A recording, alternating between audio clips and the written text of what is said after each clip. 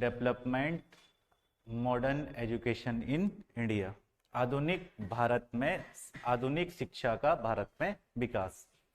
किसको कहते हैं हम लोग आधुनिक शिक्षा? दो प्रकार की शिक्षाएं हैं, एक प्राच्य शिक्षा है और एक पाश्चात्य शिक्षा है। तो प्राच्य का मतलब है प्राचीन भारतीय शिक्षा और पाश्चात्य का मतलब है पश्चिम की शिक्षा। पश्चिम यानी इंग्लैंड की, वेस्ट की जो शिक्षा है, इंग्लिश बेस्ड जो शिक्षा है वो शिक्षा। आगे हम लोग एक चीज और इस चैप्टर में पढ़ेंगे कि प्राच्य और पाश्चात्य में एक विवाद भी बना, ठीक है। तो भारत में कैसे आधुनिक शिक्षा का विकास हुआ, उन्हीं सब मुद्दों पर चर्चा शुरू करते हैं। जैसा मैंने बताया कि 19वीं सदी के आसपास अंग्रेज अनेक प्रकार के एक्ट लेकर के आए। समय समय पर अंग्रेजों के द्वारा पारित किए जाने वाले इन अधिनियमों ने, अलग अलग समय पर अंग्रेजों ने जो अधिनियम पारित किए, इन अधिनियमों ने भारतीय संविधान की रूपरेखा को भी रखा। और इन अधिनियमों ने एक और काम किया कि भारत के लोगों में राजनीतिक चेतना जगाई, पॉलिटिकली अवेयर किया लोगों को। जैसे जैसे एक्ट आए तो लोगों ने समझा अच्छा कोई एक्ट ऐसे काम करता है, किसी कानून में ये सारी चीजें हो सकती है, कानून का असली मतलब क्या होता है ये हमको समझ आया। तो इस संबंध में अगर हम अंग्रेजों की बात करेंगे ना, तो अपने पास हुआ भारत में लिटन वाइसराय। कौन हुआ था? लिटन, लॉर्ड लिटन इसको हम लोग कहते हैं। लॉर्ड इनकी उपाधि हुआ करती थी। लॉर्ड लिटन जो है भारत का वाइसराय हुआ। इसने एक एक्ट बनाया, इसने एक एक्ट नहीं बल्कि दो एक्ट बनाए जो बड़े महत्वपूर्ण इस सिलसिले में रहे, जिनका जिक्र करना जरूरी रहेगा।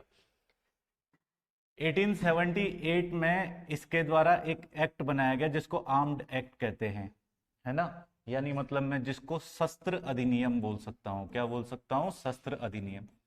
1878 में एक अधिनियम बना, इस अधिनियम का नाम है शस्त्र अधिनियम। और इस शस्त्र अधिनियम ने भारतीयों को निशस्त्र कर दिया। क्या कर दिया? निशस्त्र। निशस्त्र कर दिया का मतलब क्या है कि लिटन ने बनाया भैया शस्त्र अधिनियम, और लिटन ने कहा कि कोई भी भारतीय अब क्या नहीं रखेगा? शस्त्र नहीं रखेगा, हथियार वथियार वगैरह नहीं रख सकता। इस लिटन का काल इसलिए उल्लेखनीय भी है, लिटन का समय, लॉर्ड लिटन जब वाइसराय था तो तब इसी समय 1878 में इस आर्म्ड एक्ट के आने से पहले एक एक्ट आया था जिसको वर्नाक्यूलर प्रेस एक्ट कहते हैं। क्या बोल देते हैं? Vernacular press act. एक एक्ट आया वर्नाक्यूलर प्रेस एक्ट। इस एक्ट का बहुत गहरा प्रभाव रहा भारतीय समाचार पत्रों पर। इसने भारत के समाचार पत्रों पर बहुत ज्यादा गहरा प्रभाव डाला।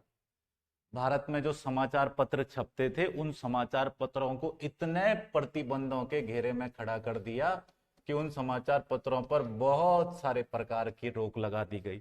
ईस्ट इंडिया कंपनी के बारे में कुछ नहीं लिख सकते, अंग्रेजी हुकूमत के बारे में कोई समाचार पत्र कुछ नहीं लिख सकता। ऐसा एक्ट बना दिया। कौन सा? Vernacular press act. एक एक्ट बनाया 1878 में शस्त्र अधिनियम, कि भारतीय क्या नहीं रख सकते? हथियार वगैरह नहीं रख सकते। और ये सब किसके समय हो रहा है? लॉर्ड लिटन के समय। लिटन के समय पे ये सारी चीजें रखी जा रही है, रूपरेखा तैयार हो रही है। अंग्रेजों ने एक बहुत भयानक काम ये भी किया कि उन्होंने जो है सिविल सर्विसेज की जो परीक्षा थी, कौन सी परीक्षा? Civil service. सिविल सर्विसेज की जो परीक्षा थी, इन सिविल सर्विसेज की परीक्षाओं को इंग्लैंड में आयोजित करवाया। केवल ये परीक्षाएं केवल कहां होंगी? इंग्लैंड। इन परीक्षाओं में अंग्रेजों ने 21 से जो आयु थी उसको घटा करके क्या कर दिया? 19। क्योंकि जिस प्रकार से भारत का कल्चर था, जिस प्रकार से भारत की संस्कृति थी, अंग्रेजों को पता था कि 19 साल का कोई भारतीय ग्रेजुएट होगा ही नहीं। समझ रहे हो बात को? और जब तक कोई भारतीय ग्रेजुएट नहीं होगा तो वो सिविल सर्विसेज की परीक्षा में नहीं बैठ सकता है। तो इन्होंने सिविल सर्विसेज की परीक्षा की आयु 21 साल से घटा के कितनी कर दी? 19 साल, ताकि भारतीय प्रशासन में आ ही ना पाए, है ना, प्रशासन के उच्च पदों पर ना आ पाए। परीक्षाएं केवल इंग्लैंड में आयोजित होंगी सिविल सर्विसेज की। आयु कितनी बढ़ा दी? 21 से बढ़ाकर घटा करके कितनी कर दी? 19 साल कर दी। मतलब कुल मिला के भारतीयों के लिए एक असंभव सी होने वाली बात जो है वो दिखने लगी। खैर, लॉर्ड लिटन के समय ये सब चीजें हुई, और इन चीजों के बाद अगर कुछ मैं बातों पर आऊं जिसमें मैं सबसे महत्वपूर्ण चीज जोड़ना चाहूंगा, शिक्षा का विकास। ये हर किसी बच्चे के दिमाग में होना चाहिए कि हमारे यहाँ शिक्षा का विकास कैसे हुआ था। अच्छा, तुम थोड़ा सा प्राचीन भारत को याद करो। प्राचीन भारत में शिक्षा कैसी थी? वैदिक शिक्षा थी। व्यवस्था कैसी थी? आश्रम व्यवस्था थी। समझ रहे हो? उपनिषदों की व्यवस्था थी हमारे यहाँ। उपनिषद का अर्थ होता है गुरु के समीप बैठ करके ली गई शिक्षा, उसको कहते हैं उपनिषद। तो जहां जिस देश का दर्शन इतना पुराना हो, है ना, उस देश के उपनिषदों की बात अगर हम लोग करें तो वो अपने आप में बहुत ज्यादा सामर्थ्य रखने वाले उपनिषद या बहुत ज्यादा सामर्थ्य रखने वाले ग्रंथ थे। अंग्रेजों ने, क्योंकि पाश्चात्य शिक्षा को ऊपर दिखाना था, उनका तो एक ही मकसद था कि भाई पश्चिम की शिक्षा, वेस्ट की शिक्षा, इंग्लैंड की शिक्षा जो है वो ऊपर है और भारतीयों की जो प्राचीन शिक्षा है वो काफी नीचे है, उसका वर्तमान परिप्रेक्ष्य में रोजगार दिलाने में कोई भूमिका ही नहीं है। जबकि भारतीय शिक्षा ऐसी थी जिसके अंतर्गत सभी चीजों की कल्पना पहले ही कर दी गई थी। हमारा भूगोल बहुत उत्कृष्ट भूगोल रहा। दुनिया में जिन चीजों को लोगों ने बहुत बाद में साबित किया, उन्हें हमारे पुराणों ने, उपनिषदों ने काफी पहले साबित कर लिया था। जहां ईसाइयत कई सालों तक मानती रही कि इस पृथ्वी जो है वो ब्रह्मांड के केंद्र में है और सूर्य सहित सभी आकाशीय पिंड पृथ्वी का चक्कर लगाते हैं। जब बाद में कोपरनिकस ने कहा कि नहीं नहीं ऐसा नहीं है, बीच में तो सौरमंडल के बीच में सूर्य है और सारे आकाशीय पिंड जो है वो किसकी परिक्रमा करते हैं? सूर्य की परिक्रमा करते हैं। तो उनको दिक्कत देखनी पड़ी। उनको उस समाज के लोगों ने बड़ा परेशान किया कि आप ईसाइयत के खिलाफ, बाइबिल के खिलाफ कैसे बोल सकते हो? बाइबिल तो सर्वोच्च ग्रंथ है। लोगों ने उनके ऊपर तंज कसा। अब इस भारत के अंदर आधुनिक शिक्षा कहां से आई? इस भारत के अंदर वो मॉडर्न एजुकेशन कहां से आई? इस भारत के अंदर वो अंग्रेजी भाषा की शिक्षा आई कहां से? उस परंपरा की शुरुआत अगर हम लोग देखें तो हर चीज को देखेंगे, चाहे वो मदरसों की स्थापना हो, विश्वविद्यालयों की स्थापना हो या फिर प्राच्य विद्यालयों की स्थापना हो, तो भारत में शिक्षा का विकास की जब मैं बात करूंगा तो एक व्यक्ति हैं वॉरेन हेस्टिंग्स। ये गवर्नर जनरल था ना, कौन था? Warren Hastings. तो वॉरेन हेस्टिंग्स के समय पे 1781 में कलकत्ता में मदरसे की स्थापना की गई। किसकी स्थापना की गई? मदरसा। कलकत्ता मदरसा जो है ये ब्रिटिश भारत में बनाया गया सबसे पहला और सबसे प्रमुख मदरसा था, जो 1781 के अंतर्गत शिक्षा के विकास के उद्देश्य से वॉरेन हेस्टिंग्स ने बनवाया था। यहां एक बात का तुमको ध्यान रख लेना है कि एक सोसाइटी, हमने जैसे पहले भी बात की कि एशियाटिक सोसाइटी ऑफ बंगाल, कौन सी सोसाइटी की बात कर रहा हूं मैं? Asiatic society of Bengal. Asiatic society of Bengal जो है, इसकी बात मैंने पहले भी की, पहले भी इसकी चर्चा की। तो जब हमने एशियाटिक सोसाइटी ऑफ बंगाल पढ़ा तो ये एशियाटिक सोसाइटी बंगाल में हमने पढ़ा कि भाई इसके संस्थापक विलियम जोन्स थे। कौन थे? विलियम जोन्स, जिन्होंने कौन सी सोसाइटी बनाई? एशियाटिक सोसाइटी ऑफ बंगाल बनाई। ठीक है। हालांकि इस सोसाइटी की स्थापना करने वाले विलियम जोन्स थे और यह सोसाइटी 1784 में बनाई गई थी, 1784 में बनाई गई थी। समझ रहे हो वो बात को? परंतु इस सोसाइटी को किस गवर्नर जनरल के समय पे बनाया गया? तो तब भी क्या हो जाएगा? Warren Hastings. तो वॉरेन हेस्टिंग्स के समय पे दो महत्वपूर्ण बातें, जैसे 1781 में क्या बना दिया? कलकत्ता मदरसा बनाया। इसी वॉरेन हेस्टिंग्स के समय की बात करें तो एशियाटिक सोसाइटी ऑफ बंगाल की स्थापना हो गई। वॉरेन हेस्टिंग्स के पास इसकी अध्यक्षता करने का प्रस्ताव था, उसने मना कर दिया। क्यों मना कर दिया? ताकि विलियम जोन्स अध्यक्ष बन सके। और विलियम जोन्स ने एक सोसाइटी बनाई, एशियाटिक सोसाइटी ऑफ बंगाल। अब ये एशियाटिक सोसाइटी ऑफ बंगाल इतनी महत्वपूर्ण सोसाइटी थी क्योंकि ये एक ऐसी सोसाइटी थी जिसने कहा कि भारत की प्राचीन पुस्तकें जो हैं, कौन सी पुस्तकें? प्राचीन पुस्तकें। इन प्राचीन पुस्तकों को अनुवादित किया जाना चाहिए। क्या क्या किया जाना चाहिए? अनुवादित, यानी ट्रांसलेट किया जाना चाहिए। समझ रहे हो मेरी बात को? भारत की जो प्राचीन पुस्तकें हैं, तो इसके बाद हो गया भारत की प्राचीन पुस्तकों को अनुवादित करने का सिलसिला शुरू, है ना। भारत की प्राचीन पुस्तकों को अनुवादित करने का सिलसिला इसी वर्ष शुरू हो गया जिस वर्ष एशियाटिक सोसाइटी ऑफ बंगाल बनी, यानी 1784 में। और 1784 में एशियाटिक सोसाइटी ऑफ बंगाल यानी विलियम जोन्स ने जिस पहली किताब का चयन किया कि इसका अनुवाद करते हैं अंग्रेजी में, वो किताब जो थी, उस किताब का नाम है श्रीमद् भगवत गीता। कौन सी किताब? श्रीमद् भगवत गीता। तो हमारे किताब में हमारे पास सबसे पहली बात ये पूछेगा कि श्रीमद् भगवत गीता का अंग्रेजी में अनुवाद, कौन से में? अंग्रेजी में अनुवाद। श्रीमद् भगवत गीता का अंग्रेजी में अनुवाद किसके द्वारा किया गया? तो ये क्वेश्चन तुम्हारे पास बहुत इंपॉर्टेंट है। अगर पूछ लिया किसने किया तो क्या बोलना है? चार्ल्स विलिंकन्स। किसने किया? चार्ल्स विलिंकन्स। इसने किस वर्ष श्रीमद् भगवत गीता का अनुवाद किया था? 1784, 1784। क्लियर है इतना? 1789 के अंतर्गत एक किताब, बड़ी मशहूर किताब है हमारे यहाँ। किताब लिखने वाले आदमी खुद मशहूर हैं। किताब का नाम है अभिज्ञान शाकुंतलम। सबको पता होगा। लिखने वाले व्यक्ति कौन है? कालिदास। कालिदास की बड़ी प्रमुख पुस्तक है अभिज्ञान शाकुंतलम, है ना। इस अभिज्ञान शाकुंतलम, कालिदास ने कई पुस्तकें लिखी, लिखी नहीं लिखी? मेघदूतम, कुमार संभव, देवी चंद्रगुप्तम, ऋतु संहार, मतलब मालविका अग्निमित्रम, अभिज्ञान शाकुंतलम, ये सारी किताबें लिखने वाले विद्वान कौन हुए? कालिदास। तो कालिदास की रचनाएं ना, वो काफी ज्यादा, मतलब ऐसी रचनाएं हैं जिन रचनाओं को मैं कह सकता हूं कि बहुत बड़ी बड़ी रचनाएं, और जिनके अंदर कालिदास ने साहित्य को बड़े अच्छे तरीके से उकेरा है। तो इस अभिज्ञान शाकुंतलम को 1789 में अंग्रेजी में अनुवाद किया। जिसने अनुवाद किया वो इस सोसाइटी के अध्यक्ष थे, जिन्होंने ये सोसाइटी बनाई थी। नाम था विलियम जोन्स। तो ये दो किताबें तुम्हें बड़ी महत्वपूर्ण याद रख लेनी है। मैंने क्या बताया अभी तक? अभी तक मैंने कोई बहुत ज्यादा महत्वपूर्ण बात नहीं बताई। शिक्षा का विकास, है ना, आधुनिक कैसे पॉलिटिकल विकास हो रहा है भारत में, राजनीति का विकास कैसे हो रहा है, शिक्षा का विकास कैसे हो रहा है, उसी सिलसिले में बातचीत शुरू की। ठीक है, तो क्या कह रहा हूं, लॉर्ड लिटन का काल जो है वो बड़ा उल्लेखनीय काल है। 1878 में शस्त्र अधिनियम आया, यानी कौन सा एक्ट आ गया हमारे पास? शस्त्र अधिनियम, जिसने भारतीयों को क्या कर दिया? निशस्त्र कर दिया, कि भारतीय शस्त्र नहीं रख सकते भाई, सीधी बात है ना।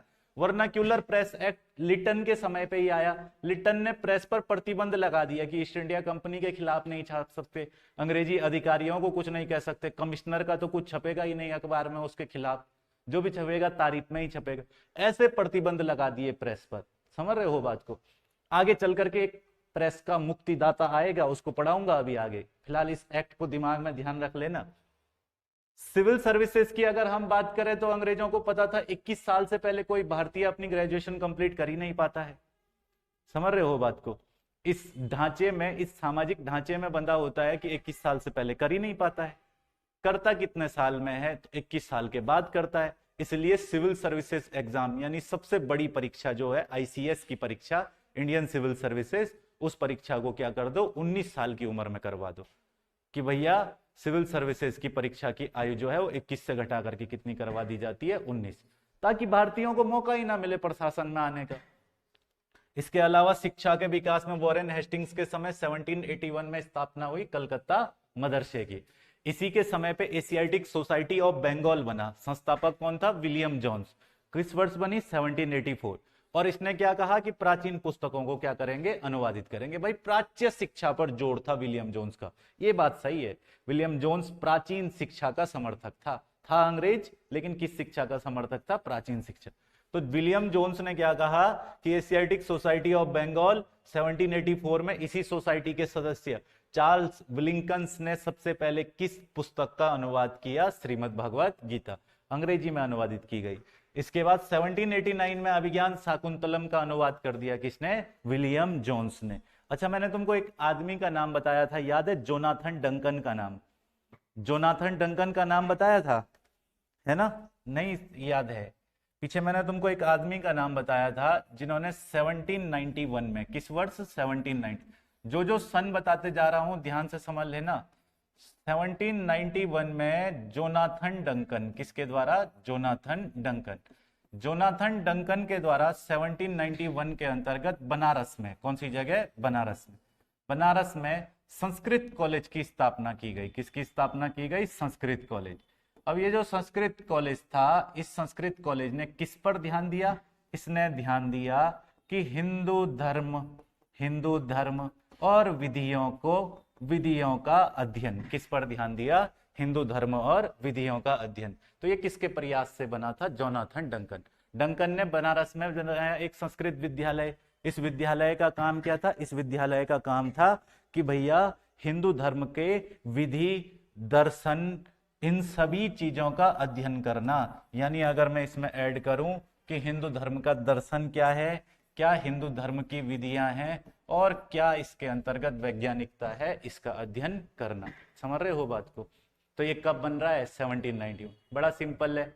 अभी तक जो जो चीजें बताई, 1784 में एशियाटिक सोसाइटी ऑफ बंगाल, 1781 के अंतर्गत कौन सा मदरसा बना था यहाँ पे? कलकत्ता मदरसा। ठीक हो गया। इसके अलावा 1784 में श्रीमद् भागवत गीता का चार्ल्स विलिंकन्स ने अनुवाद कर दिया अंग्रेजी में। 1789 में अभिज्ञान शाकुंतलम का अनुवाद अंग्रेजी में करने वाले व्यक्ति थे विलियम जोन्स। और 1791 के अंदर मैंने तुम्हें बताया अभी तक कि जोनाथन डंकन ने बनारस में बनाया था संस्कृत विद्यालय या संस्कृत कॉलेज, जिसने हिंदू विधि, दर्शन, इन सभी का उद्देश्य, इन सभी के अध्ययन करने का उद्देश्य रखा। आई बात समझ में? लॉर्ड वेलेजली ने एक कॉलेज बनाया इस 1791 के बाद। अगर भारत में शिक्षा के प्रसार की बात करें तो 1800 के आसपास लॉर्ड वेलेजली, कौन? Lord Wellesley. लॉर्ड वेलेजली एक कॉलेज बनाता है। ये कॉलेज बनाया कलकत्ता में। कौन सी जगह बनाया? कलकत्ता। कलकत्ता। इस कलकत्ता के कॉलेज का नाम क्या रखा? Fort William college. क्या नाम रखा? Fort William college. अब ये जो फोर्ट विलियम कॉलेज है, ये फोर्ट विलियम कॉलेज कब बना था? 1800। कब बना था? 1800। अच्छा भाई, ये फोर्ट विलियम कॉलेज, मजे की बात ये है कि ये हमारे लिए नहीं बना था, ये बना था ईस्ट इंडिया कंपनी के अधिकारियों के लिए। किसके लिए बना था? ईस्ट इंडिया कंपनी के अधिकारियों के लिए, उनके प्रशिक्षण के लिए। मतलब ईस्ट इंडिया कंपनी का ट्रेनिंग सेंटर के रूप में बना दिया। समझ रहे हो बात को? कि ईस्ट इंडिया कंपनी के जो अधिकारी वगैरह उनको प्रशिक्षण देंगे, कर्मचारी और अधिकारियों को यहाँ क्या देंगे? ट्रेनिंग देंगे। तो 1800 में कलकत्ता में बना दिया कौन सा कॉलेज? Fort William college. ये तो बहुत ज्यादा टेंशन लेने वाली कोई बात ही नहीं है। देखो, सबसे पहले जहां से प्रक्रिया शुरू की 1781 में कलकत्ता में मदरसे की स्थापना। कलकत्ता मदरसा, ठीक है भैया, वॉरेन हेस्टिंग्स के समय पे। 1784 में एशियाटिक सोसाइटी ऑफ बंगाल बना, है ना, विलियम जोन्स ने बनाया। 1784 में ही श्रीमद् भगवत गीता का अनुवाद किया चार्ल्स विलिंकन्स ने, है ना। और 1789 में अभिज्ञान शाकुंतलम का अनुवाद किया। किसने अनुवाद किया? विलियम जोन्स ने। इसके बाद मैंने तुम्हें क्या बताया? 1791, ठीक है, हाँ, जोनाथन डंकन ने संस्कृत कॉलेज बना दिया बनारस के अंदर, ठीक है, जिसने हिंदू धर्म, विधि, दर्शन, इन सबको पढ़ा। 1800 में मैंने तुम्हें बताया कि कलकत्ता के अंतर्गत जो है फोर्ट विलियम कॉलेज। बनाने वाला व्यक्ति कौन था? वेलेजली, है ना। किसके समय बना? वेलेजली के समय पे बना था। ठीक हो गया? कोई दिक्कत तो नहीं रहेगी इसमें? बता दोगे इतना? आगे चलूं? ठीक है, चलो ध्यान देना। आगे चलते हैं तो इसी प्रक्रिया में और कॉलेज वॉलेज की बात करें, कौन कौन से कॉलेज बने, क्या क्या बना, कब कब बना, तो बहुत कुछ बना।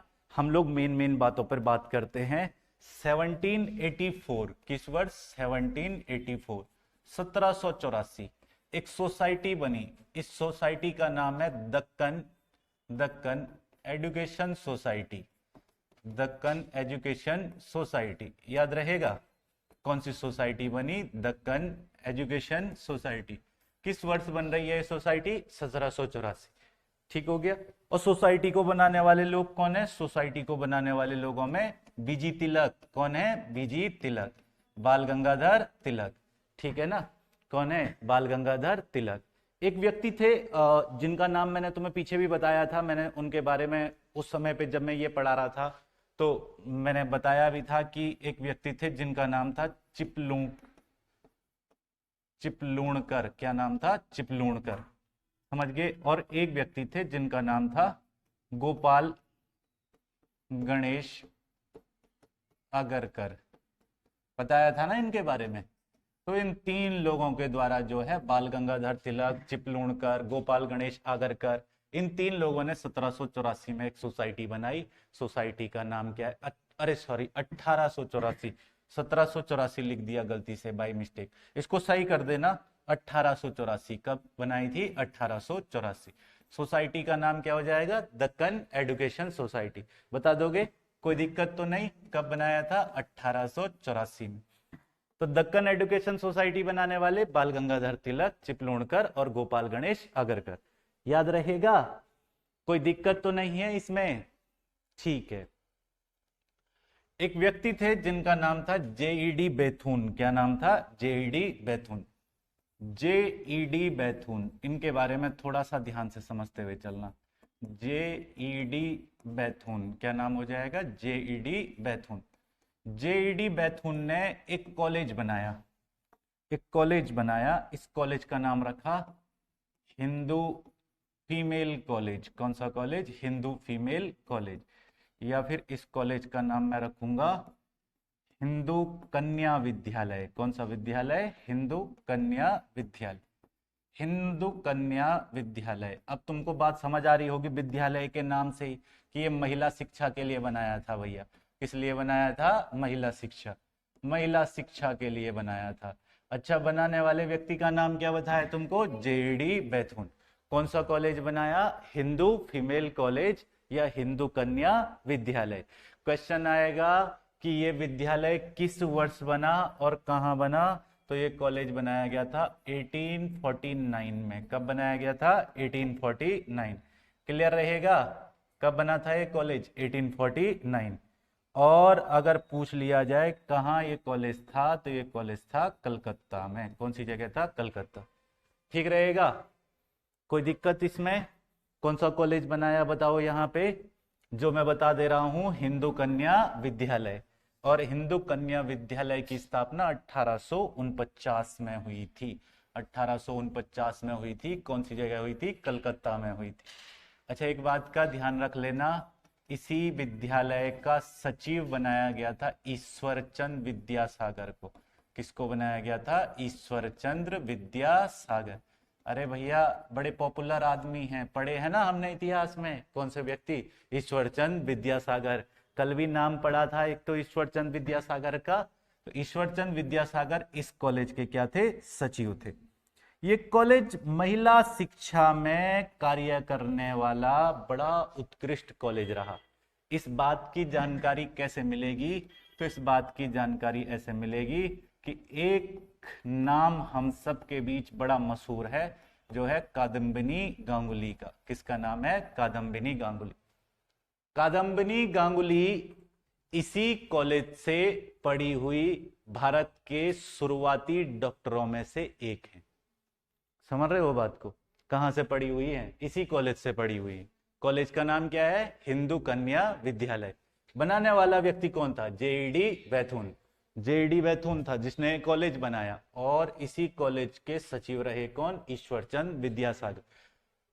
यूपीएससी प्री 2002 के प्रीलिम्स में पूछा गया क्वेश्चन कि हिंदू कन्या विद्यालय के सचिव कौन थे? तो कौन सचिव रहे? ईश्वरचंद विद्यासागर। कोई दिक्कत होगी किसी को यहां तक? कोई समस्या वगैरह? कोई परेशानी नहीं? ठीक है भैया। अच्छा, अगर मैं तुमसे पूछूं कि ये बताओ वो पहले भारतीय कौन थे जिन्होंने आईसीएस की परीक्षा पास की थी?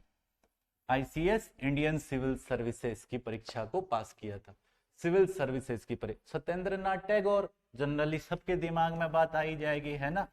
कौन है पहले भारतीय जिन्होंने सिविल सर्विसेज की परीक्षा को पास किया था? तो सत्येंद्र नाथ टैगोर। ठीक है, कौन सी जगह से थे ये? बंगाल से, है ना? इन्होंने सिविल सर्विसेज की परीक्षा को पास किया। और किस वर्ष पास किया? 1863। तो 1863 में पहले भारतीय जिन्होंने आईसीएस की परीक्षा को पास किया हो, वो कौन बन गए थे भैया? वो बन गए थे सत्येंद्र नाथ टैगोर। शिक्षा का विकास समझ आ रहा है भारत में? नहीं समझ आ रहा है तो वापस हम लोग यहाँ लेकर के चलेंगे तुम्हें सन की ओर। सन बहुत ज्यादा जल्दी भूल जाता है बच्चा, है ना? तो सबसे पहले वॉरेन हेस्टिंग्स के समय पे 1781 में बना था कलकत्ता मदरसा।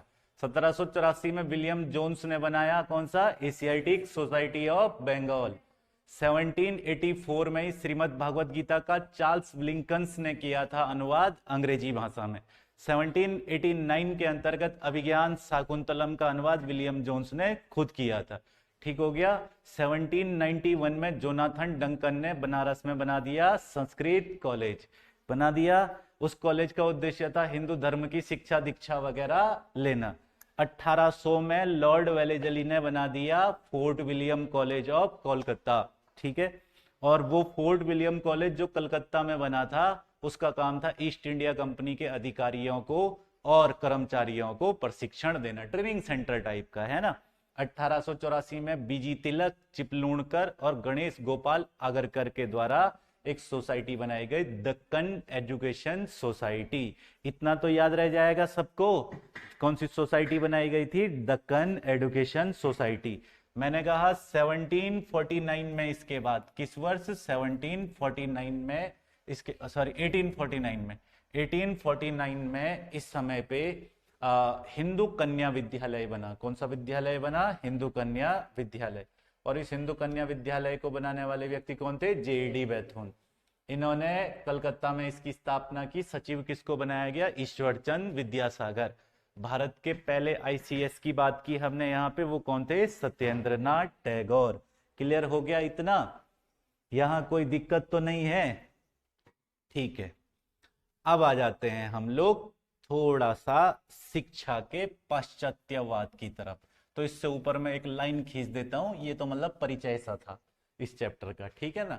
ये इस चैप्टर का इंट्रोडक्शन सा था, जो हमने अभी तक पढ़ा, ठीक है।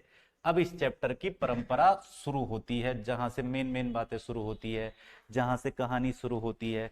तो राजा राम मोहन रॉय का नाम सबने सुना है ना, पढ़ा ना हमने राजा राम मोहन रॉय को।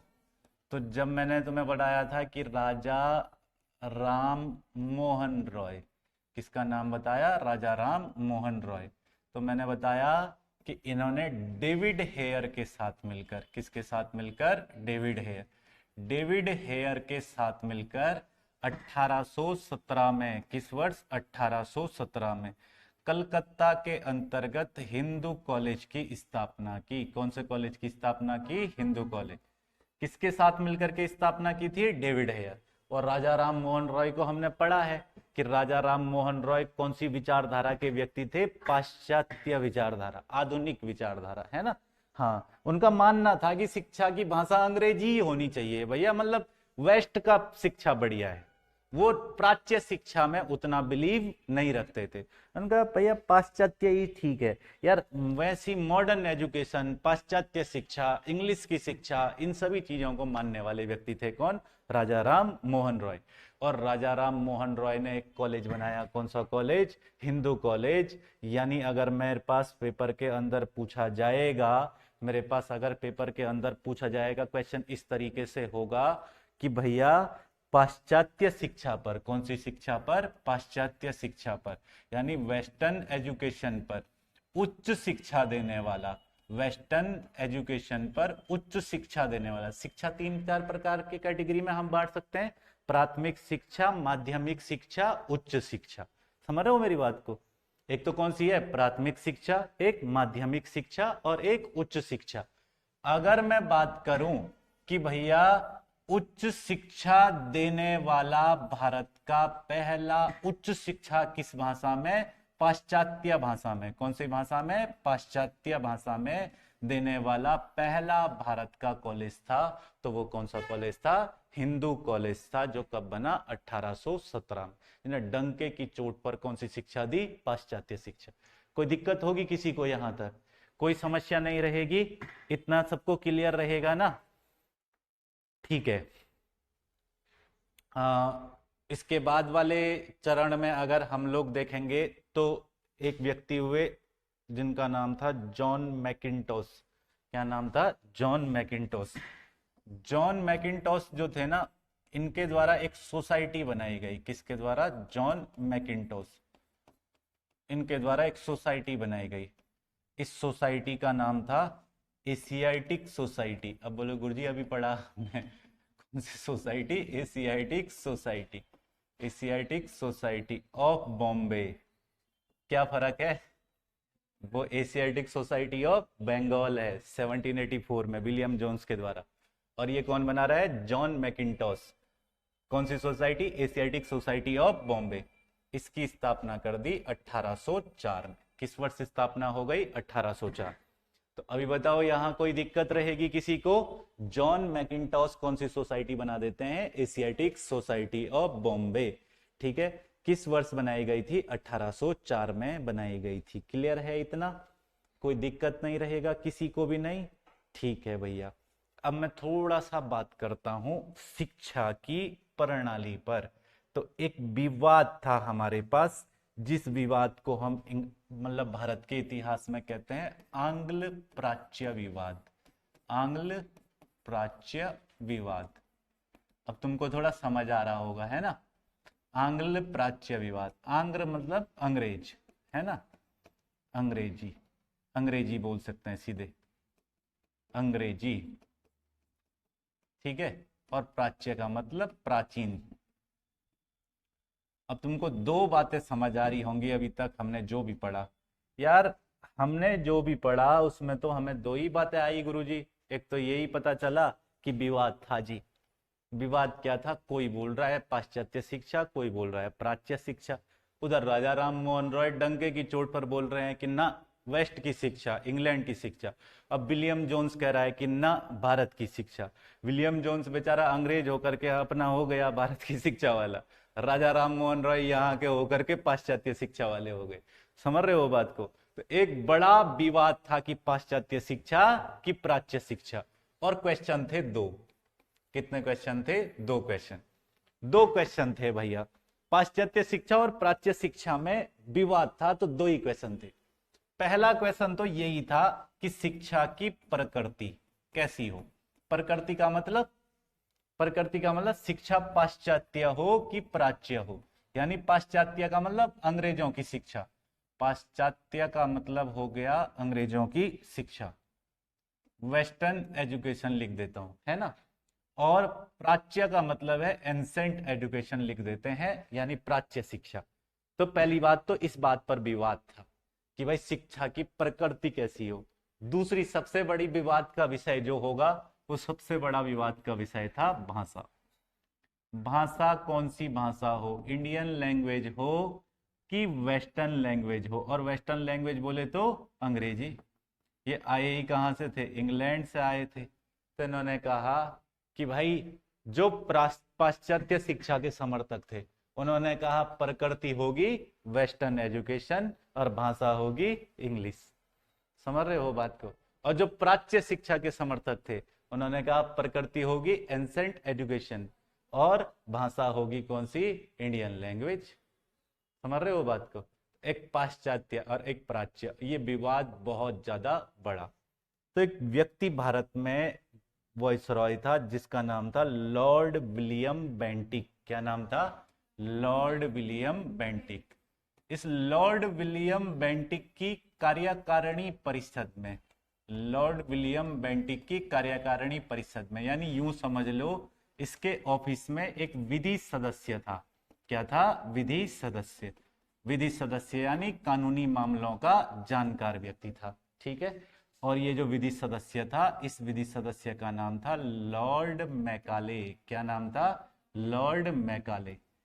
मैकाले के बारे में कहा जाता है कि ये बड़ा दलिद्र आदमी था। कैसा आदमी था? दलिद्र आदमी। कैसा आदमी था? दलिद्र आदमी था, ठीक है। क्यों था दलिद्र? क्योंकि लॉर्ड मैकाले को चुना लॉर्ड विलियम बेंटिक ने। किसने चुना? लॉर्ड विलियम बेंटिक ने। और कहा कि यार एक समिति बनाते हैं तुम्हारी अध्यक्षता में, उस समिति का नाम रखेंगे लोक शिक्षा समिति। क्या नाम रखेंगे? लोक शिक्षा समिति नाम रखेंगे। क्या होगा इस समिति का नाम? लोक शिक्षा समिति होगा।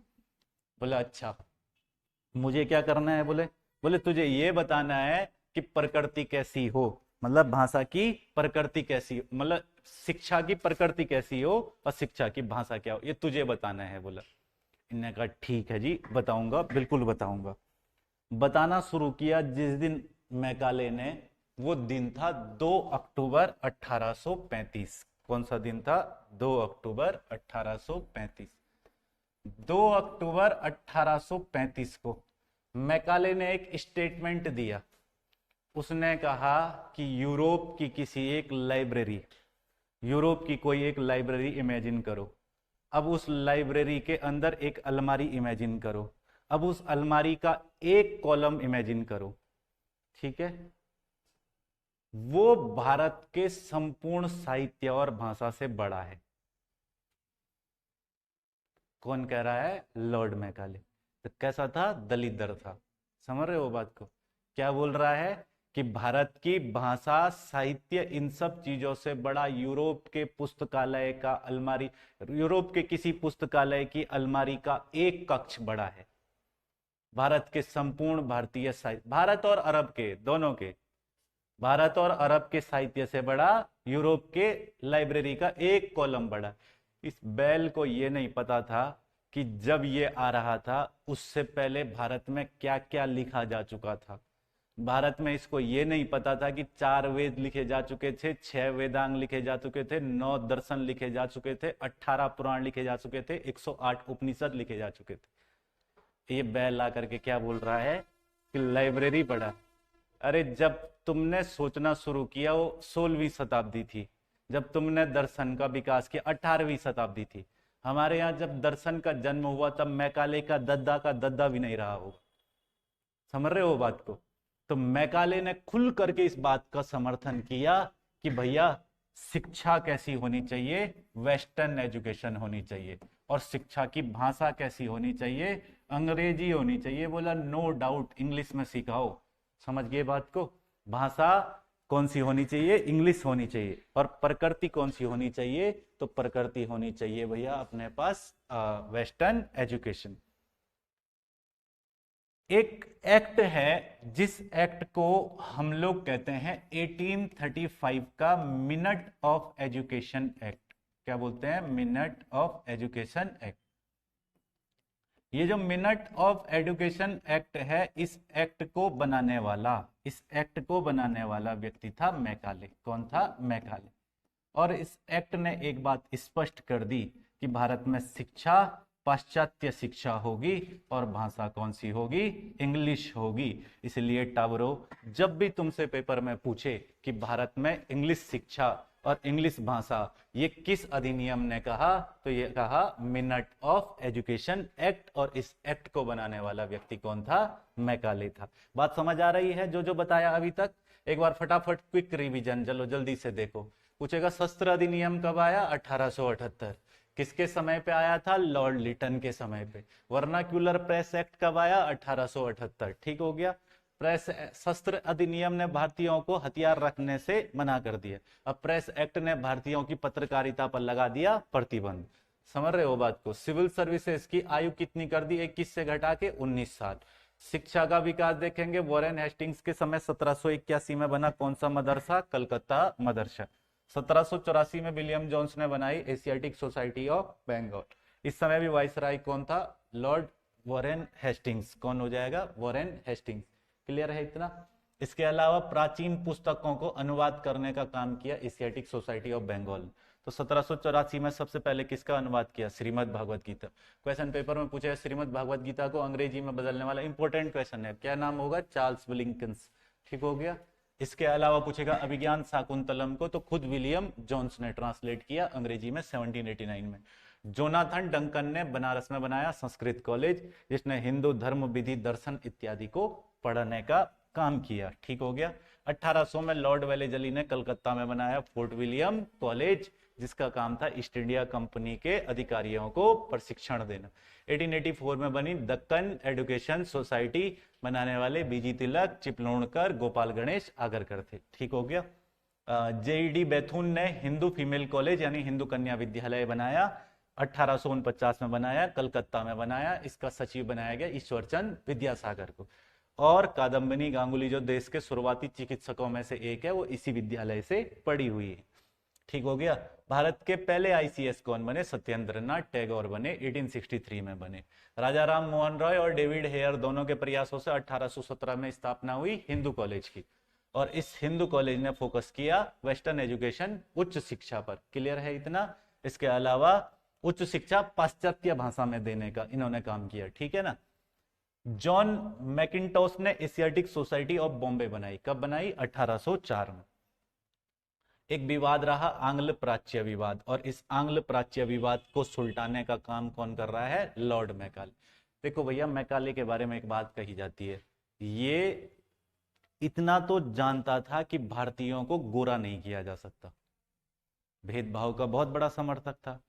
और इसको इतना तो पता था कि काली जलवायु के व्यक्ति हैं, इनको गोरा तो बनाया नहीं जा सकता। अंग्रेज गोरा कैसा गोरा होता है, गोरे तो हमारे यहाँ भी होते हैं लोग, लेकिन अंग्रेज कैसा गोरा होता है, एकदम आटे जैसा गुथा हुआ आटा होता है ना, जैसा वैसा सफेद छिली हुई मुर्गी जैसा होता है नहीं होता है। तो वो चाहते थे कि ऐसा तो भारतीय हो नहीं सकता। जब भारतीय ऐसा हो नहीं सकता तो क्यों ना काली चमड़ी वाले बुद्धि से अंग्रेजों को पैदा किया जाए। समझ रहे हो बात को, भले चमड़ी कैसी हो, काली हो, लेकिन हम अपनी शिक्षा का मॉडल ऐसा रखें कि उसकी विचारधारा पूरी कैसी बन जाए, अंग्रेज बन जाए। समझ रहे हो बात को? इसलिए आज ज्यादा कोई अंग्रेजी में करता है ना टें टें, तो लोग कई बार कह देते हैं कि मैकाले का बन रहा है वंशज।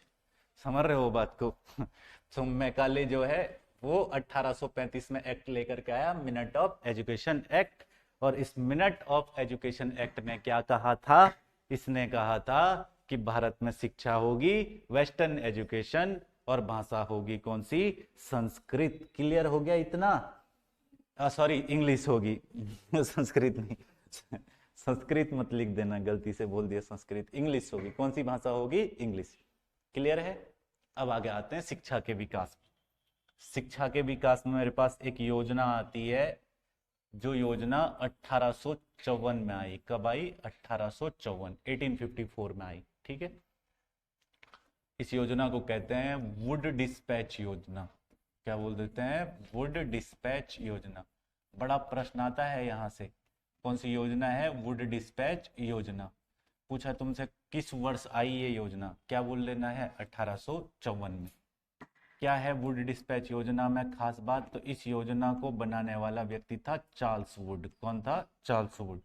जिसने इस योजना को बनाया उस आदमी का नाम था चार्ल्स वुड। क्लियर रहेगा इतना? चार्ल्स वुड इस योजना का डिजाइन बनाता है। ठीक है, तुम वुड डिस्पैच योजना से एक बात तुम बस इतना समझ लेना कि 1854 में बनी वुड डिस्पैच योजना क्या है। तो मैं ये कह सकता हूं कि ये भावी शिक्षा नीति थी। कैसी नीति थी? भावी शिक्षा नीति। भावी शिक्षा नीति, या मैं कह सकता हूं कि वुड डिस्पैच योजना भारत की प्रथम शिक्षा नीति थी। कैसी नीति थी? शिक्षा नीति। अरे शिक्षा नीति लागू किया जाता है ना आज, तो भारत की पहली शिक्षा नीति कौन सी है? वुड डिस्पैच योजना। इसलिए वुड डिस्पैच योजना 1854, जिसको किसने बनाया था? चार्ल्स वुड ने बनाया था। इस योजना को भारतीय शिक्षा का मैग्ना कार्टा कहा जाता है। क्या बोला जाता है? भारतीय शिक्षा का मैग्ना कार्टा। भारतीय शिक्षा का मैग्ना कार्टा। मैग्ना कार्टा मतलब अधिकार पत्र, है ना? तो इसको क्या बोलेंगे? भारतीय शिक्षा का मैग्ना कार्टा कहा जाता है। कब बनाई गई थी ये योजना? 1854। वुड डिस्पैच योजना। बनाने वाला व्यक्ति कौन था? Charles Wood. अच्छा भाई, इस योजना में इसने कुछ तो कहा होगा ना, वुड डिस्पैच योजना। तो इस योजना ने कुछ कुछ बातें कही, देखो बड़ी इंपॉर्टेंट बातें। वुड डिस्पैच योजना तुम्हारे पेपर में पूछे किसने बनाई, अच्छा बताओ किसने बनाई, सारे बताओ। चार्ल्स वुड ने बनाई। कब बनाई थी? 1854। ठीक हो गया। अब देखो वुड डिस्पैच योजना क्या है? भारत की पहली शिक्षा नीति है, ये मान के चलना तुम। इसको इसीलिए क्या कहा जाता है? भारतीय शिक्षा का मैग्ना कार्टा कहा जाता है। भाई इसके अंदर ना क्या क्या इंपॉर्टेंट बातें थी तो उसको समझो। इस वुड डिस्पैच योजना ने कहा कि जो जन साधारण की शिक्षा है, सबसे पहले इन्हें बहुत सारे बातें कही, पॉइंट में समझने की कोशिश करते हैं। इन्हें कहा सबसे पहली बात कि जन साधारण की शिक्षा सरकार का दायित्व है। किसका दायित्व है? सरकार का दायित्व।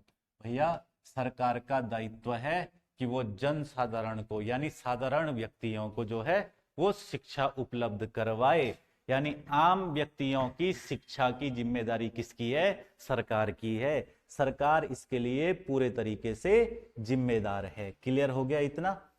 इसके अलावा इसने कहा कि सरकार पाश्चात्य शिक्षा, कौन सी शिक्षा? पाश्चात्य शिक्षा। पाश्चात्य शिक्षा, कला, विज्ञान, विज्ञान, दर्शन, दर्शन और साहित्य, साहित्य, इन सब को प्रोत्साहन देगी। क्या देगी? प्रोत्साहन। कौन कौन विषयों को? कला, विज्ञान, दर्शन और साहित्य को क्या देने का काम करेगी? प्रोत्साहन देने का काम करेगी। भाई सरकार की जिम्मेदारी होगी कि सरकार क्या करे? कला को प्रोत्साहन दे, विज्ञान को प्रोत्साहन दे, दर्शन को प्रोत्साहन दे, साहित्य को प्रोत्साहन दे। और किस शिक्षा का प्रोत्साहन दे? तो पाश्चात्य शिक्षा का, यानी वेस्टर्न एजुकेशन की बात ये कर रहा है। ठीक हो गया। इसने कहा तीसरी बात इसने कहा कि भैया इंग्लिश मीडियम के हाई स्कूल बनाओ। क्या बनाओ? इंग्लिश मीडियम का हाई स्कूल। जिस स्कूल में इंग्लिश मीडियम हो, इंग्लिश मीडियम के क्या बनाओ? हाई स्कूल बनाओ। और इंग्लिश मीडियम का ही कॉलेज बनाओ। क्या बनाओ? कॉलेज। इंग्लिश मीडियम का ही कॉलेज बनाओ, इंग्लिश मीडियम का ही क्या बनाओ? हाई स्कूल बनाओ। तीन बातें। पहली बात क्या कह रहा है? देखो, जन साधारण की शिक्षा किसका दायित्व है? सरकार का दायित्व। दूसरा क्या कह रहा है? पाश्चात्य शिक्षा को ही बढ़ावा देना है, लेकिन कला, विज्ञान, दर्शन, साहित्य, इन सभी चीजों को भी प्रोत्साहन देने का काम कौन करेगी? सरकार करेगी। तो सरकार की जिम्मेदारी है कि वो कला, विज्ञान, साहित्य वगैरह वगैरह इन सभी चीजों को क्या करे? प्रोत्साहन दे। तीसरी बात क्या कह रहा है? इंग्लिश मीडियम का हाई स्कूल होगा और इंग्लिश मीडियम के ही क्या बनाए जाएंगे? कॉलेज बनाए जाएंगे। ठीक है। चौथी बात क्या कह रहा है? चौथी बात बड़ी इंपॉर्टेंट कह रहा है कि अध्यापकों के प्रशिक्षण के लिए, किसके प्रशिक्षण के लिए? अध्यापकों के प्रशिक्षण के लिए, अध्यापकों के प्रशिक्षण के लिए संस्थान खोले जाएं, यानी टीचर्स की ट्रेनिंग के लिए इंस्टीट्यूट खोले जाएं, टीचर ट्रेनिंग इंस्टीट्यूट खोले जाएं, जो अध्यापकों को क्या दें? प्रशिक्षण दें। अध्यापकों को प्रशिक्षण दें यानी ट्रेनिंग दें। शिक्षकों को ट्रेनिंग देने वाले इंस्टीट्यूशन खोले जाएं ताकि शिक्षा का जो गुणवत्ता है वो बेहतर किया जा सके। इसके अलावा क्या कह रहा है? इसके अलावा कह रहा है कि महिला शिक्षा, कौन सी शिक्षा? महिला शिक्षा, महिला शिक्षा का प्रोत्साहन। कौन सा प्रोत्साहन? महिला शिक्षा का प्रोत्साहन। और ये काम बैथून ने किया। किसने किया? बैथून। हिंदू कन्या कॉलेज बनाया ना बैथून ने, तो इसी ने कहा था। किस वर्ष कह रहा है ये? 1854 में। कब कह रहा है? 1854। कह रहा है कि महिला शिक्षा को बढ़ावा दिया जाए। इसके अलावा ये क्या कह रहा है? इसके अलावा इसने कहा कि भाई शिक्षा का जो निजी प्रयास है, शिक्षा का जो निजी प्रयास है, यानी प्राइवेट स्कूल जो हैं, कौन से स्कूल? प्राइवेट स्कूल जो हैं, इनको गवर्नमेंट, प्राइवेट स्कूल जो हैं इनको गवर्नमेंट अनुदान राशि दे। क्या सी राशि दे भाई? अनुदान राशि दे। अनुदान राशि दे इनको। प्राइवेट स्कूलों को गवर्नमेंट कैसी राशि दे? अनुदान राशि दे। इसने सुझाव दिया कि एक अलग शिक्षा विभाग होना चाहिए और परिणाम स्वरूप 1855 में वुड डिस्पैच योजना के तहत भारत में पहली बार शिक्षा विभाग की स्थापना की गई। किसकी स्थापना की गई? शिक्षा विभाग की स्थापना की गई। इसने कहा, एक और बात कही इसने कहा, यही वुड डिस्पैच योजना कह रही है, ध्यान से मेरी बात को समझना, यही वुड डिस्पैच योजना कह रही है कि बोला जैसे चार्ल्स वुड क्या कह रहा है? बोला जैसे हमारे यहाँ इंग्लैंड में लंदन विश्वविद्यालय है, बोला कौन सा विश्वविद्यालय है? लंदन विश्वविद्यालय। ऐसे 3 विश्वविद्यालय तुम्हारे यहाँ भी होने चाहिए। एक तो होना चाहिए कलकत्ता में, एक होना चाहिए बंबई में और एक होना चाहिए मद्रास में। ये 3 ऐसे कलकत्ता विश्वविद्यालय की मतलब लंदन विश्वविद्यालय की तर्ज पर 3 विश्वविद्यालय तुम्हारे यहाँ भी होने चाहिए। और मजे की बात देखो कि हमारे यहाँ कलकत्ता, बंबई, मद्रास तीनों विश्वविद्यालय 1857 में अस्तित्व में आए, इसी योजना के बाद। क्लियर है इतना? फाइनली ये विश्वविद्यालय बन गए। और इन विश्वविद्यालयों का क्वेश्चन कभी कभी ऐसा आएगा कि इन विश्वविद्यालयों का शुरुआत में काम क्या था? तो इन सभी विश्वविद्यालयों का शुरुआत में काम था परीक्षा संचालित करना। क्या काम था? परीक्षा संचालित करना। इनका काम ही होता था परीक्षा वगैरह क्या कर दे? संचालित करे। समझ रहे हो बात को? वुड डिस्पैच योजना में कुछ छूटेगा? कुछ छूटेगा इसमें? याद रहेगा ना? देखो क्या क्या है, एक बार इसके फटाफट समझ लेते हैं क्या मामला है ये। तो 1854 में कौन सी योजना आई बताओ? वुड डिस्पैच योजना। वुड डिस्पैच योजना बनाने वाला आदमी कौन था? चार्ल्स वुड था। कौन था? Charles Wood.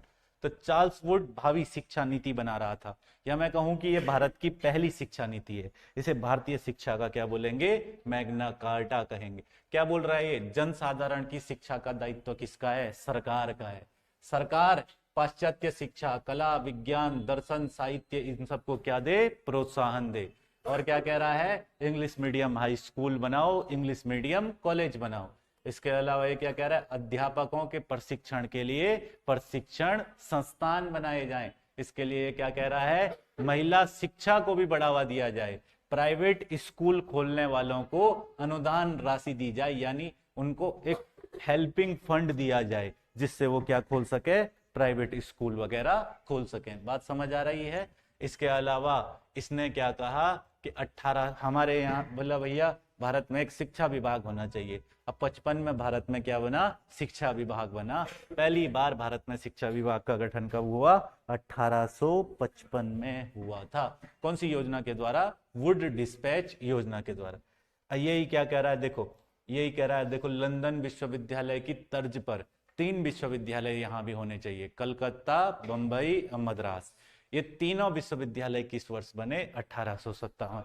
और इनका शुरुआती काम क्या था? परीक्षाएं वगैरह संचालित करना। क्लियर है इतना?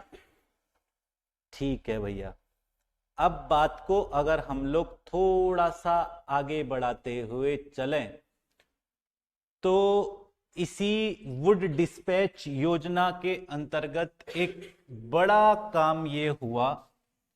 इसी वुड डिस्पैच योजना के अंदर एक बड़ा काम ये हुआ कि 1870 में, किस वर्ष? 1870 में, वेरी वेरी इंपॉर्टेंट, समझ रहे हो बात को? 1870 के अंतर्गत, 1870 के अंतर्गत शिक्षा को प्रांतीय सूची का विषय बना दिया गया। किसका विषय बना दिया गया? प्रांतीय सूची का विषय बनाया गया। इसलिए आज तुमसे पूछेगा हमारे संविधान में कितनी सूचियां हैं? तो 3, संघ सूची, राज्य सूची और समवर्ती सूची। सूची कितनी है? 3 है। संघ सूची, राज्य सूची, समवर्ती सूची। समझ रहे हो बात को? और उनमें से जो राज्य सूची है, आज तक राज्य सूची का विषय है शिक्षा। हमारे देश में शिक्षा किसका विषय है? राज्य सूची का। समझ रहे हो बात को? और इसलिए तुमको ध्यान रखना है कि ये सारी व्यवस्था जो है वो वुड डिस्पैच योजना से ही हो गई थी। क्लियर है इतना? नेक्स्ट एक आयोग जो वुड डिस्पैच आयोग के बाद अस्तित्व में आया, या वुड डिस्पैच घोषणा पत्र के बाद अस्तित्व में आया, उस आयोग को हम लोग आज ही पढ़ना चाहेंगे। उस आयोग का नाम है हंटर आयोग। कौन सा आयोग है? हंटर आयोग। ये बड़ा पूछेगा बेटा तुमसे, ध्यान रखना। कौन सा आयोग बता रहा हूं? हंटर आयोग। हंटर आयोग तुम्हारे पास खूब पूछेगा, इसका ध्यान से समझ लेना। इसको हंटर कमीशन बोलेंगे। क्या बोलेंगे? Hunter commission. याद रहेगा? अब देखो क्या है हंटर कमीशन में, क्या क्या चीजें इसके अंदर है। कब? 82 या मैं 83 लिख देता हूं, ज्यादा सही रहेगा, है ना? 82-83 में कब बनाया गया था हंटर आयोग? 82-83 में बनाया गया। जिसकी अध्यक्षता में बनाया गया था उसका नाम था डब्ल्यू हंटर। क्या नाम था? W Hunter.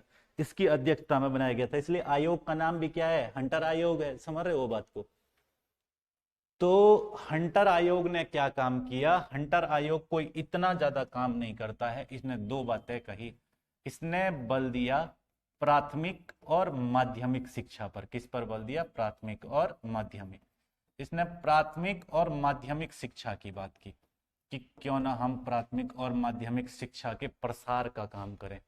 इन्हें कोशिश की कि प्राथमिक शिक्षा और माध्यमिक शिक्षा का क्या किया जा सके? उद्भव करवाया जा सके, इनका कुछ विकास करवाया जा सके। इसके लिए इसने 200 से ज्यादा एक्ट पारित किए। कितने से ज्यादा एक्ट पारित किए? 200 से ज्यादा। ठीक हो गया? और अगर इस हंटर कमीशन की बात को हम लोग बिल्कुल मार्मिक तरीके से बात करें, तो भैया हंटर कमीशन ने सबसे ज्यादा जोर दिया प्राथमिक शिक्षा पर। किस पर जोर दिया? प्राथमिक शिक्षा पर। दूसरा, इसने एक बात और कही थी कि प्राथमिक शिक्षा जो है वो नगर और जिला बोर्डों को सौंप दिए जाए। यही हंटर कमीशन क्या कह रहा है? इसने कहा कि भैया महिलाओं की जो मौजूदा शिक्षा है उसमें क्या कर दी जाए? बढ़ोतरी कर दी जाए। महिलाओं की शिक्षा में बढ़ोतरी कर दो, प्राथमिक शिक्षा पर बल देने का काम किया। इसी हंटर कमीशन ने कहा कि माध्यमिक शिक्षा में पाठ्यक्रम को 2 भागों में बांट दो। कितने भागों में बांट दो? 2 भागों। माध्यमिक शिक्षा के पाठ्यक्रम को 2 भागों में बांटने का काम किस कमीशन ने किया? तो हंटर कमीशन ने किया। इसने कहा भैया एक तो कर दो व्यवसायिक। कैसा कर दो? व्यवसायिक। एक कर दो व्यवसायिक, 2 भागों में बांट दो शिक्षा को, माध्यमिक शिक्षा को, एक तो व्यवसायिक और एक व्यापारिक। कौन सी? व्यवसायिक और व्यापारिक। व्यवसायिक और व्यापारिक 2 भागों में बांट दो माध्यमिक शिक्षा को। एक काम कौन सा कमीशन कर रहा है? हंटर कमीशन कर रहा है। एक बात हंटर कमीशन ने और कही कि शिक्षा के क्षेत्र में चलने वाली जितने प्राइवेट इंस्टीट्यूशन हैं, जितने प्राइवेट स्कूल हैं, जितने प्राइवेट कॉलेज हैं, इन सबको प्रोत्साहन मिलना चाहिए। और सेम बात है वो डिस्पैच योजना की तरह। बात समझ आई इतने तक? किसी को कोई समस्या यहां तक? कोई दिक्कत परेशानी कुछ इतने में? ठीक है। व्यवसायिक और व्यापारिक का मतलब बहुत बढ़िया। देखो, व्यवसायिक का मतलब हुआ जिसके अंदर हम लोग बच्चों को पढ़ाएंगे विज्ञान, प्रौद्योगिकी, कॉमर्स, अकाउंट्स वगैरह वगैरह, वो सब हुआ। सॉरी, व्यवहारिक और व्यापारिक होना था, मैंने थोड़ा सा गलत लिख दिया। व्यवहारिक और व्यापारिक होना चाहिए था। मैं तभी कह रहा हूं कुछ तो लग रहा है, क्या दिक्कत? 2 भागों में बांट दिया। कौन कौन सा? व्यवहारिक और व्यापारिक। मैंने व्यवसायिक और व्यापारिक लिख दिया, एक ही बात हो गया दोनों। तो एक व्यवहारिक मतलब जिसमें साहित्य पढ़ाया जाएगा, जिसमें भाषा का अध्ययन वगैरह पढ़ाया जाएगा, जिसमें कला वगैरह पढ़ाया जाएगा, दर्शन वगैरह पढ़ाया जाएगा, तो ये कैसा अध्ययन हुआ? व्यवहारिक हो। अब व्यापारिक वगैरह जिसमें अकाउंट पढ़ाया जाएगा, जिसमें कॉमर्स पढ़ाया जाएगा, जिसमें विज्ञान प्रौद्योगिकी पढ़ाया जाएगा, तो गणित वगैरह 2 भागों में बांट दो बोला। समझ गए बात को? कौन सा कमीशन? Hunter commission. कब बना था? 1882। अब हम लोग एक अधिनियम पढ़ेंगे, भारतीय विश्वविद्यालय अधिनियम। कौन सा अधिनियम? भारतीय विश्वविद्यालय अधिनियम। ये भारतीय विश्वविद्यालय अधिनियम आया 1901 में। किस वर्ष आया? 1901। मतलब पूर्ण रूप से अस्तित्व में आया 1904 में। 1901 में इसका एक सम्मेलन हुआ जो शिमला में हुआ, समझ रहे हो? और उस समय के वाइसरॉय लॉर्ड कर्जन ने बुलाया। किसने बुलाया? Lord Curzon. तो इसको पढ़ेंगे इस धारावाहिक के अगले एपिसोड में। तब तक के लिए सावधान रहें, सुरक्षित रहें, देखना ना भूलें। सावधान इंडिया। ठीक है।